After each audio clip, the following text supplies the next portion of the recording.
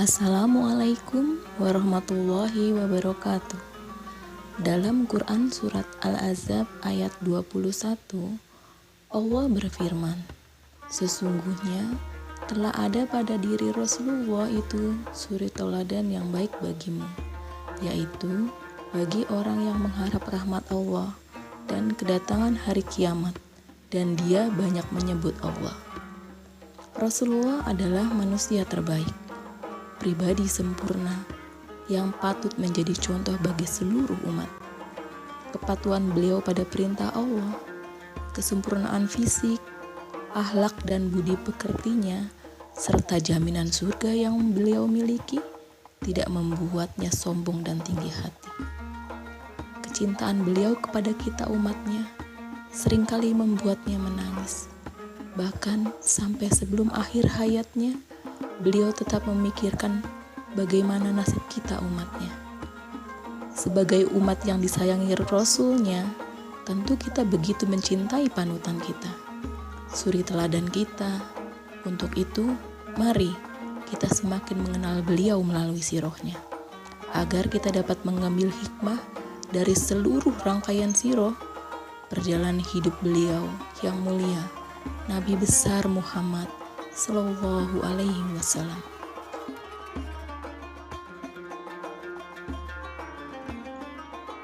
Masih ingat sirah sebelumnya bercerita tentang apa? Ya benar, tentang masa keyatiman Rasulullah.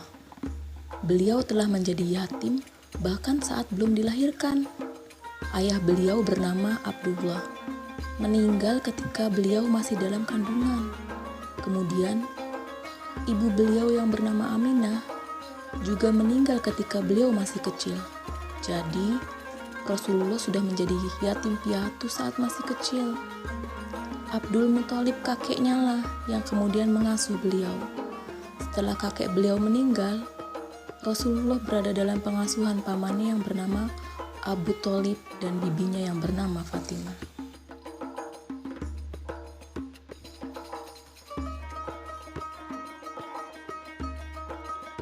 Abu Thalib sebagai paman dan adik kandung Abdullah memiliki perhatian yang sangat khusus kepada Rasulullah, bahkan mengistimewakannya dan lebih menyayanginya dari anak-anak kandungnya sendiri. Ia memberikan makanan terbaik kepada Rasulullah dan ia menempatkan tempat tidurnya di sisinya. Kemanapun ia pergi, ia selalu mengajak dan menyertakan Rasulullah. Ketika akan makan pun, ia akan berkata kepada anak-anaknya, "Tunggulah Muhammad."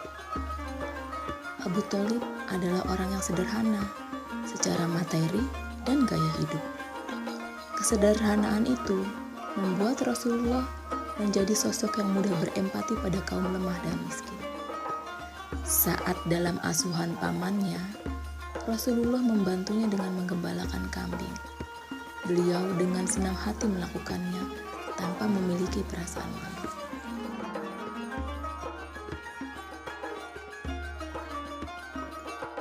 Dari Abu Hurairah radhiyallahu an bahwa Rasulullah Shallallahu Alaihi Wasallam bersabda, tidak ada nabi kecuali pernah menjadi penggembala kambing. Mereka para sahabat bertanya, apakah engkau juga, wahai Rasulullah? Beliau berkata, ya, aku telah mengembala dengan imbalan beberapa kirot dari penduduk Mekah. Hadis riwayat Bukhari. Jadi kalau dirupiahkan kira-kira begini hitungannya. Kirot itu pecahan dari mata uang dinar. 1 dinar nilainya 22 kirot. Sedangkan nilai 1 dinar saat ini adalah kurang lebih 50.155 rupiah. Jadi 1 kirot itu nilainya kurang lebih 2.280 rupiah.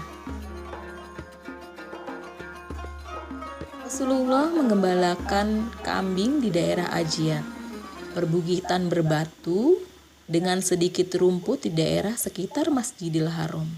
Nah, inilah Bukit Ajiyat saat ini. Karena lokasinya di dekat Masjidil Haram, maka daerah ini sudah menjadi tempat yang ramai dengan penampilan yang berbeda dibandingkan pada saat zaman Rasulullah.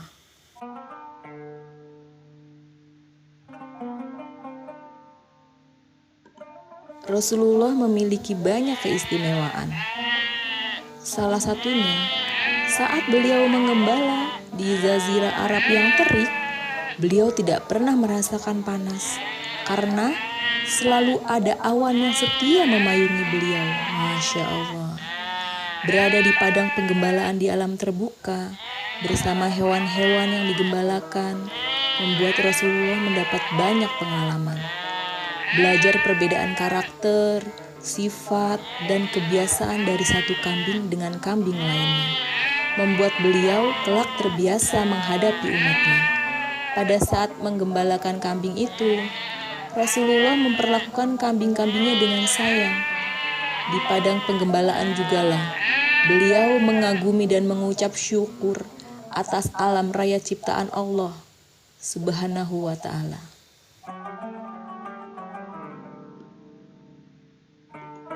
Dari menggembala kambing, ada beberapa pelajaran yang bisa diambil. Pelajaran pertama adalah ketenangan dan kemampuan menghadapi kesulitan.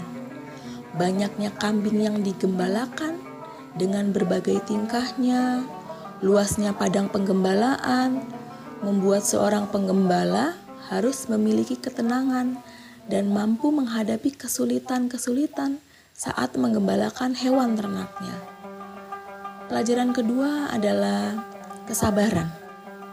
Seorang penggembala tak bisa menjadi baik jika tak memiliki kesabaran saat menggembalakan kambingnya. Ratusan kambing yang digembalakan tentu membutuhkan kesabaran lebih yang membutuhkan waktu tak sebentar. Meski di sela padang rumput, namun kondisi alam di Jazirah Arab yang panas mengharuskan penggembala memiliki kesabaran yang lebih. Pelajaran yang ketiga adalah pembelajaran menjadi seorang yang rendah hati atau tawadu. Tentu saja, ada sebagian masyarakat yang masih memandang sebelah mata, memandang rendah terhadap pekerjaan penggembala. Namun, bagi Rasulullah, di balik pekerjaannya sebagai pengembala, terdapat hikmah yang besar dalam kehidupannya di masa yang akan datang. Pelajaran yang keempat adalah kambing itu hewan yang sulit diatur, tidak bisa dipaksa. Merawatnya dengan perasaan sayang membuat hewan itu jadi terbiasa dengan penggembalanya dan akhirnya mau menuruti perintah penggembalanya. Pelajaran kelima, belajar menjadi seorang pemberani. Hal ini terkait dengan rawannya hewan-hewan gembalaan itu dari serangan binatang-binatang buas seperti ular dan lainnya yang mengincar kambing. Disinilah dibutuhkan keberanian dari seorang penggembala untuk melindungi hewan-hewan ternaknya dari gangguan binatang buas. Pelajaran yang keenam adalah dari kebiasaan menggembalakan kambing itu, Rasulullah menjadi mengetahui bagaimana memperlakukan satu kambing dengan kambing lainnya. Hal tersebut mengajarkan tentang bagaimana cara beliau kelak memimpin umatnya. Umat yang banyak itu ibarat kambing yang juga memiliki berbagai macam sifat dan karakter.